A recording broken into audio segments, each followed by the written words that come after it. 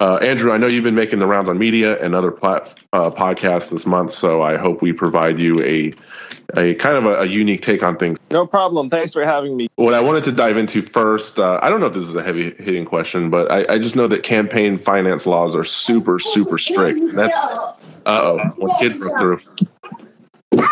We are all human. Humanity first. That's my slogan, by the way. Okay, that works. Oh, no. Excuse me for a second. Let me see if I can get my son's mother to attend to him. He misses me. I've been on the road in Iowa for about a week. And so my kids have been missing Daddy. Oh, Damien, Daddy has to go find Mommy so that Mommy can occupy you. Yes. You know, I may be the least scripted political candidate I've seen so far. Am I ready to fire a question at you? Yeah, please. Fire away. All right, yeah, because I was wondering, because campaign finance laws are really strict, and that's kind of one of the big deals with Donald Trump right now. But that said, the public ledger would be a really fantastic way to make campaign finances transparent.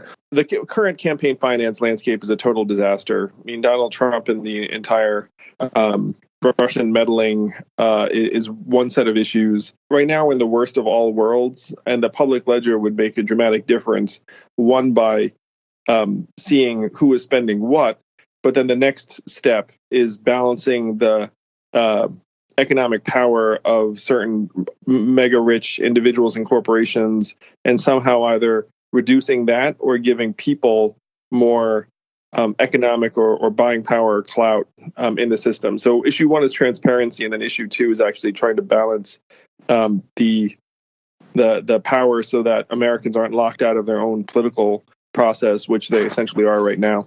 I owed $100K in law school debt that took me many years to pay off.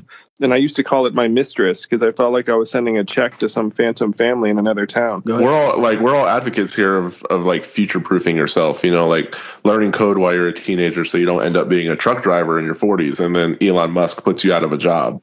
So if AI is going to replace 40-50% of jobs in the US and like cause disruption to job markets in large waves, I mean, how do you prepare for that? Because you're advocating for AI, blockchain, crypto, the technology of tomorrow.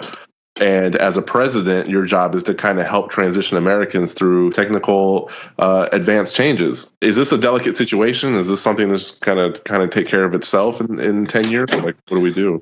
Oh, my gosh. I mean, you just hit the nail on the head, because I think my job as president is to get society through these changes, because they're going to be devastating and terrible to many, many people.